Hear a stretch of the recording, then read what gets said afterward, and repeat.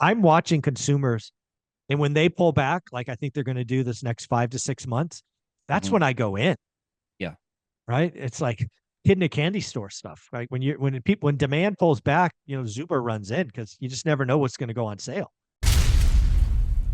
Alrighty, folks. One of the things that I love to do is talk to real estate investors early in their journey. Love to hear about where they've been, where they are, and where they want to go. I often talk to the folks in my school community and say, "Hey, who's the next guinea pig that wants to share their story?" And next up, we have Craig. Craig, how you doing, buddy? Good. How are you doing? I'm doing very, very well. So, why don't you just start off, introduce yourself to the world? Who is Craig? What are you doing in this real estate world? And we'll just go from there. Okay. I've got a long background in real estate. I got in, this has basically been my whole career, but it's been in real estate sales as a realtor. I started out in new construction. I was a job soup for a builder, would take the lot, blueprint and permit, and deliver the house to closing, and then got licensed in the process to go sell model homes. And then went from there and then then I got my own contractor's license and started building under my own. And then that was going into the housing boom, and then ended up in a partnership with a builder that kind of went bad. And then started doing development with multifamily. We were doing condo projects. So had three nice condo projects all lined up, about 150 units as a partner in. And then the bottom dropped out. And then went to zero again. And Yeah. so, started over a few times. And then finally I didn't file bankruptcy or anything. So paid off debt, started Wow. up again. And then I'm approaching 45 and don't have a retirement, Hmm. and kind of went into a little panic. So dove into rental properties. And I dove in. I'm running about 25 units right now, single Wow. family. And Wow. yeah, I spend a lot of time online watching your channel and other channels, just consuming as much information as I can get, and Hmm. join the school community to learn more and get into a good environment. So, Yeah. Yeah. I love the school community. It's really, when you start something new, you just don't know how it's going to turn out. And a lot of the mhm. things that one rental at a time it is the community. I saw that for the first time in person at our event in Vegas last year. I'm now seeing in the school community. Um, I just love all the interactions, right? I may be the guy at the top, but daily communications and interactions with now 200 almost 50 people, it's pretty awesome. So thank you for being a part of it. Um, Yeah, it's the enthusiasm that gets, if you look at the root word of enthusiasm, it's like inspired by God. It's a Greek word. So I don't know what Greek God they base that off of, but so it's bringing in those, like someone wants to change their life. That's yep. enthusiasm coming in, and you got a group of people that are all trying to make changes in their life. So that's exciting. Yeah, and they're all at different parts of the journey. Everybody's helping. Celebrate your wins, your losses, ask questions. Network. I fully believe this. We will be a top 100 school, and we'll be over 1,000 members, and Yeah, that's I pretty could see crazy that. for a real estate group. So, yeah, it's just I'm going to keep doing what we're doing and having fun and all of this. So let's talk about pre-bubble.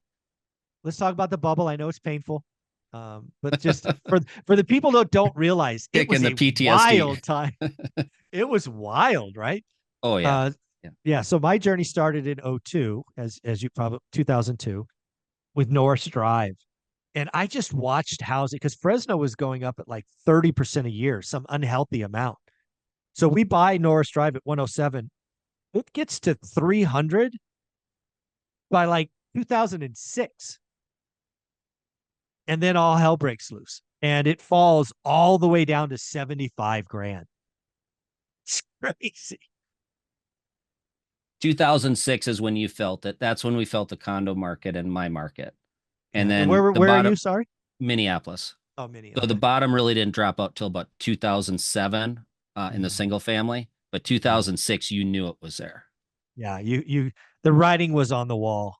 Yep. Um, and again, it's so wild. It was all the debt. That's really what's different this time. It was the debt. And I share this story occasionally. The first loan we ever got was a full doc loan. Full doc. The last loan I got, I signed a blank loan application. That's how stupid it was. Oh, Crazy, Yeah, crazy we times. were seeing a lot of mortgage fraud in the end. Oh, Like they it came out of the woodwork when the writing was on the wall. Like people were mhm. getting cash back at closing. It was stated income. It was, I mean, you just sat there and you scratch your head and saying, I don't want to be a part of this. No, You knew yeah, something bad was going to happen, but you didn't know how.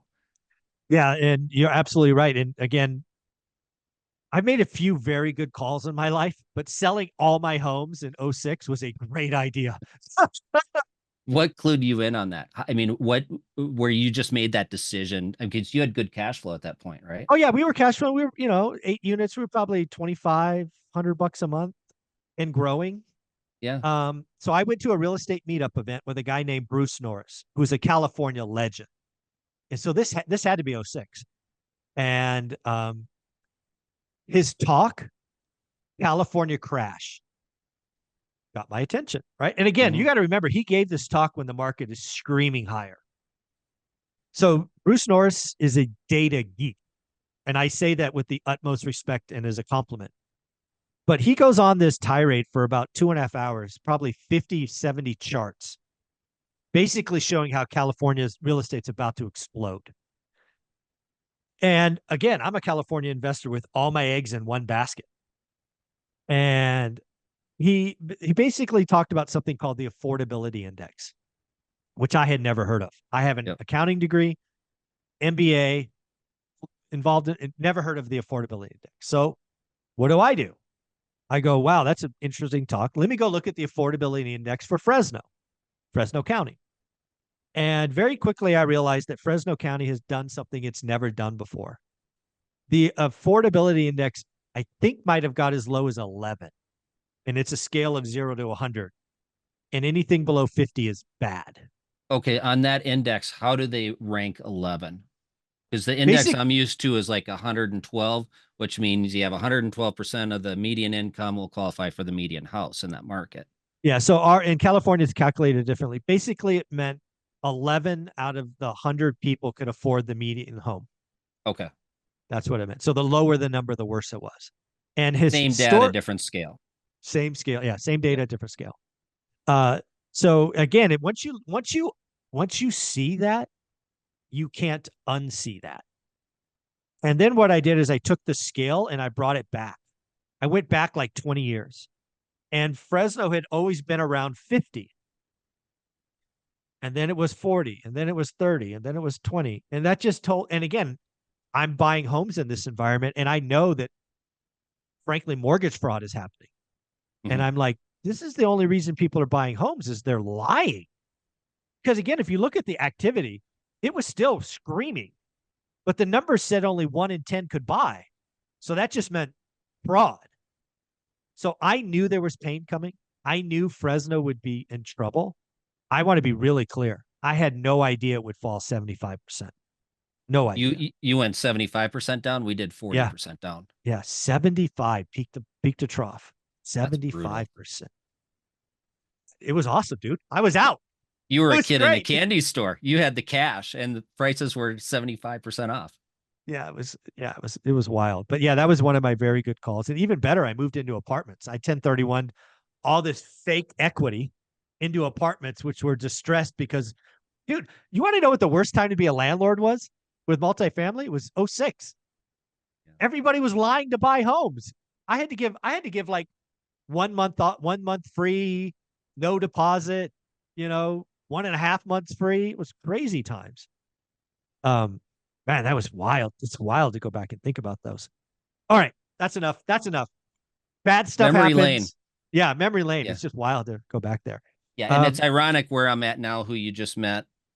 He was underwriting mortgages at the time, mhm, and he's got a book out. I'll send you a copy, but yeah, it nice. was about the fraud that went on and the stuff that we went through together on that. So Yeah, we got a long history. So I'll fill there you you in go. later on that one. There you go. Well, let's talk about now. So you're 45, looking at the future. You don't got a retirement. You're in the real estate game for decades. Yep. Actually, you know what? Let me ask you this question. Why do you think it is most real estate agents never own rental properties? Why do you think that is? A couple of reasons. One is the income is not steady. It's like an EKG reading, right? Right. So Very, very lumpy. yes, and banks hate that. Yeah, it's So true. yeah, Okay. so most of your career you're unbankable because your income is so erratic until Mm. you really get established. And then at that point, you look at these rentals and you look at a couple $100 a month cash flow for all that brain damage, and you don't Yeah. realize what the real return is, because that cash flow is not your real return. Yeah. Yeah. So Um, this it's very much like flippers then, right? Flippers, I talk to flippers all the time, especially when the market was hot, 2018, 19, 20, 21. It's like, why would I keep this and make 300 bucks a month when I could sell it and make 40 grand? I'm yeah, like, you're not which thinking is long 20 term. after you pay the tax. Exactly. You're not that. Yeah, that's active income, baby. Let me introduce you to the IRS. Um, I mean, like if you're in the game, and like I've told flippers this all the time, I'm like, get in the game and set up a process where you keep one. Like maybe you flip four, keep one. Mhm. Because even if you're an amazing flipper, it's not a game you could do forever. It's No. exhausting and stressful. Yep. The other reason a lot of realtors don't do that housing is you have a list of clients that are looking for properties. So when you Ah, have a good deal, you're kind of obligated to say, you're looking at this going, oh, here you go. yeah. Here you go. And you're watching all these deals slip through your fingers. And at some point, you just got to say, okay, pay yourself Yeah. first. Yep. There you go. There you go. All right, so let's talk about that epiphany, that journey of 45, that aha moment, the light bulb, whatever you want to call it, and you're like, hey, I got to step on the gas and do things a little bit different. Talk about that moment. Okay, so I'm coming off of paying off all my debts after the housing crash, right? And I missed the great opportunity of like you're talking about 75 cents or 25 cents on the dollar. Mm. So that kind of had passed me back because I was paying off debts and Yeah. I was unbankable at the time. Banks weren't lending. And I'm like, okay, I still got to get in the game. And I was just coming and I got divorced after I paid off all the debts. So perfect Ah, timing. perfect timing. And I did have rental properties at the time. So she kept the rentals. And Oh. then I kept the all the expensive stuff, right? I kept the cabin, I kept the house, and okay, so now I gotta crank up real estate again and start getting that Hmm. paid off, build up the down payment. And Hmm. my background being in construction, I was able to step in, fix something up, build that equity, roll it.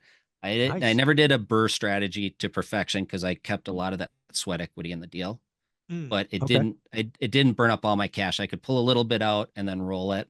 Okay. And I found the opportunity because we were still coming up into townhomes.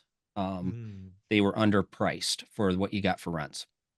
Ooh. Now, are townhomes in where you're at? Do they have HOAs or some kind of? Yes, yep. Okay. So it's not the ideal situation, but the timing worked well for me because I could get into it and I could get into like the most desirable school district Hmm. and I could buy these things at the time. They're like 120, 130,000 and they Nice. would rent for 13, 1400 bucks a month. And the HOAs were pretty reasonable at the time. And it was a waiting list to get in these Mm. because, and that's what attracted me to this is 50% of the market, 50% of the married couples are going to get divorced. Hmm. They're gonna have to stay in the school district. They split that household. They're not going to be able to buy two houses in that same school district. Right. So I Makes sense. knew there was a huge demand for it. And plus, anyone else wanted to be in that area too. So it wasn't just the divorced couples that needed the housing. So they were very easy to rent, very easy to manage. And, I you like it. know, yeah. Now, what were these like 3 bedroom, one and a halves, or what were they? Two ones, Oh, two ones. two, Okay. yep, two twos did better, more demand. Just, with the kid, they wanted a second bath. Hmm. But they weren't always as readily available. So I did two ones and two twos. What I'm curious. I'm always curious about this. What did that extra bath get you rent? Was it an extra $100, $50? What do you Trying to think? think back, it was I had to pay, I think another 15, 20 grand for it. And I think yeah, it went up another like 150 bucks. Yeah, one of the things people need to understand when they start building what Matt the lumberjack calls the rent boxes, you need to figure out what moves the needle.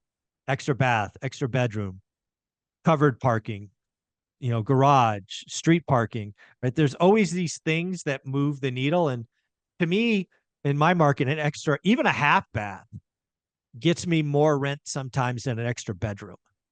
Yep. Like a two, one and a half in much of my market will rent for more than a 3-1. All right, you gotta know your numbers, folks. You gotta know your Yep. numbers. All right. So you find this little value add, right? A little hole in the market. And Yep. it And they sounds usually like, just need some paint and yep, yeah, little flooring and that's it. Appliances yeah, yeah. maybe. What are they like 900 square feet? 850? 1100. Oh, 11. Oh, damn, that's a big two. 1050 to about 1200. Yep. That's a big. Have you ever looked at maybe, again, I don't know what the floor plan looks like, but sometimes I buy 11 and 1200 twos and I make them threes, right? A third bedroom. I don't know what the layout looks like. Yeah, yeah, this layout wouldn't be conducive to Okay. that, but yeah, the square footage would certainly hold a three. Yep. Yeah, absolutely. Yeah. That's pretty cool. Um, so when did you step what year did you step on the gas and you started adding these to your portfolio? This would have been, I think, 18, 17 or Okay. 18. Yep. Okay. All right. And then just So started out slowly. And the downside to the townhomes is they don't appreciate as well as single family, sure. but they're easier to step into if you don't have a lot of experience managing, if you can get them to Mhm. cash flow. You have a little bit of brain damage with the association, but I've had more trouble with the cities than I have the Oh, associations. interesting. Yeah. Okay. All right. Um, so what was the kind of cadence? Like, were you getting conventional loans, just going to a bank and getting a bank loan, or how did this work? So I found a small community bank, and Oh, this nice. because being we talk about the EKG reading of commission sales, 1099 income. Banks don't like that. They want W-2 income. They're the golden child is a W-2 income. Bankers don't have much imagination. But I found a community bank that looked at my background and experience as like, okay, this is a pretty safe bet, right? Yeah. It's in your backyard, you know it, and then let me on the first deal. Okay, I just need 20% down. We'll do a commercial loan, 20-year AM, and Okay. 5-year balloons kind of deal. Hmm. Refinance every 5 years. Hmm. So I started out with that, and then he got comfortable after I had a few, and then he would work a deal where okay, I can give you money for the fix up too. As long Oh, as you keep nice. 10% of your own cash in the deal, then we'll just credit you back what you put into it. Okay. So I had enough. And then it was just, I call him up, boom, loan's done. He is the underwriting, and it Yeah. just worked very slick. This is very much a Henry Washington play, right? Henry Washington again Not familiar. talks about community banks all the time. Um, so help. I think more investors should go to community banks. So talk about building that relationship, those first conversations, because again, it is community banks are relationship based. So talk Absolutely. about that. So I asked around, and I knew someone that had talked to this local community bank and said, you know what, this guy's a really good guy. Why don't you call him and see what he's got available? So I called him up. He drove an hour north up to meet me 'cause he's in a Oh small wow. town in southern Minnesota. Took his whole day, drove up, took me out to lunch. We started talking, got to know each other, did the first deal. Hmm. And then it was so easy to work with and just bang, bang, bang. Built it up quickly. And then I was able Nice. to, DSCR wasn't popular at the time. It came in later. So then I was able to pull some equity out with some DSCRs on some of them and then Nice. grow into multifamily or not multifamily into single family. I'm curious. I don't know if you tried this. Have you ever like maybe it probably doesn't work today, but do you ever try to get into 30-year residential, fixed rate residential on a rate and term, or just never worked? With him, I can't with that bank. He'll go No, to but 20 but with the DSCR. Yes. okay. So Yeah. some of those loans, the older ones, I've Mhm. turned into 30-year DSCR loans, Oh, fixed rate. there you go. Yeah. Yep. And then I pull some think cash out. yeah, I think that's one of the things looking at your portfolio. I'm just trying to play with it in my head. Is like, ooh, you got a Yep. lot of term risk. Yeah, half of that is on 30-year fix now. Oh, well, there you go. All right, that's Yep. better than I expected. Okay. That's much better than I expected. Okay. Less than I thought. So talk about the move from condos or townhomes to singles. I had enough little portfolio there where I was comfortable with the residual income. I was confident in what I was doing there. And then I saw a fixer upper, so I had a little bit of extra cash to play with. I paid cash for the whole deal, ran through it, and turned it. I think I talked to this about on one of your comments on one of your deals. I didn't make any money on it. I paid too much for it. It Mm, was I think it was we're going into 2019. The market was getting a little soft, or it was the winter yep. of 2018. Everyone Okay. said we had hit the peak Mhm. values and we were going to crash. The doomers were starting to say that. And the market did soften because rates were going Yeah, up. I remember And that then time. Yeah. Yep. So I just finished right at that winter and I'm like, and I'm just like, you know what? I don't want this as a rental. It's not in my area. And I'm just like, okay, it's a good house. I did it right. Just let someone enjoy the house, let it go. Mm. I didn't lose money on the deal, but I didn't make money. Okay. So, so I let that go and I ended up with two more right after that. And then COVID hit. And then I put the pedal to the metal because I knew Yeah. They were everyone was printing money. saying, Yeah. yeah. Well, they hadn't even started printing money, but Mm. people got scared and prices came down. So then I Yeah. jumped. Yep. I love so let's talk about that because that's one thing that is very important. I'm watching consumers and when they pull back, like I think they're going to do this next 5 to 6 months, that's Hmm. when I go in, Yeah. right? It's like kid in a candy store stuff, right? When demand pulls back, Zuber runs in because you just never know what's going to go on sale. Yeah. I think you're right. I think we're going to see some deals this winter. So I'm trying to wrap up a couple projects so I have some capital to play with. Dry powder. Yes. Yeah. So let's help the audience kind of understand what are the keys to growing a portfolio of townhomes and singles to over 20. What are some of the keys you think? I'm very cheap and frugal. I do a lot of the work myself. I self-manage. Okay. I find hiring people to do work is not very successful for me. I had Mm, trained a guy in at 25 bucks an hour, and he's not very skilled. And mm. then suddenly he found he could jump online and charge 65 bucks an hour to go assemble IKEA furniture. So Wow.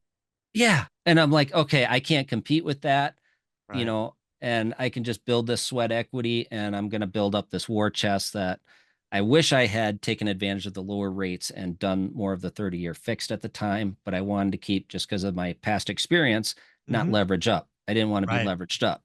Yeah. I So, get it. yep. So I got a lot of debt equity in there, which, people will scratch their head and say, why are you sitting on that, all that debt equity? Well, I had a bad experience. When you touch a hot stove, you generally don't touch it again. Yes, you got to be super cautious. Yeah. I am curious, kind of looking at that debt equity. One of the things that our story, Olivia and I's story is we did do some 1031 exchanges.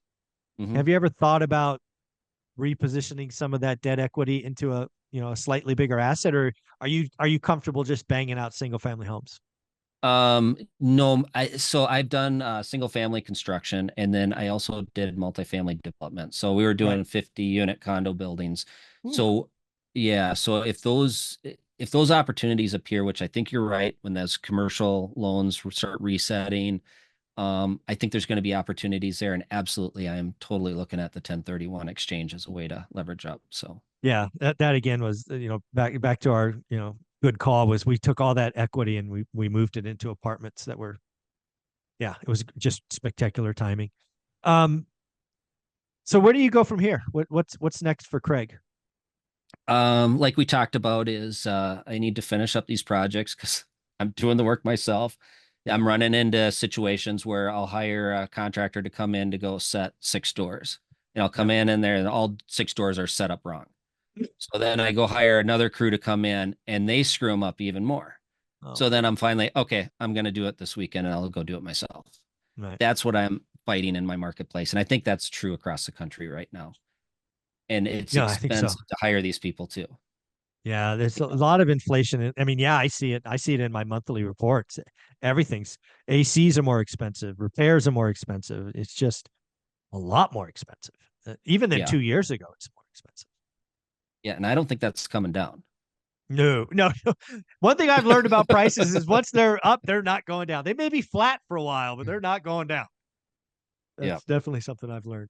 Um, Yeah. So now I've got that debt equity. So I'm exactly what you're talking about. I'm either going to refi on DSCRs and pull that capital out to get in, or I'm going to try to 1031 the whole portfolio or do a portfolio loan. I'm going to look at those different options. But right now, I'm not seeing anything to move into.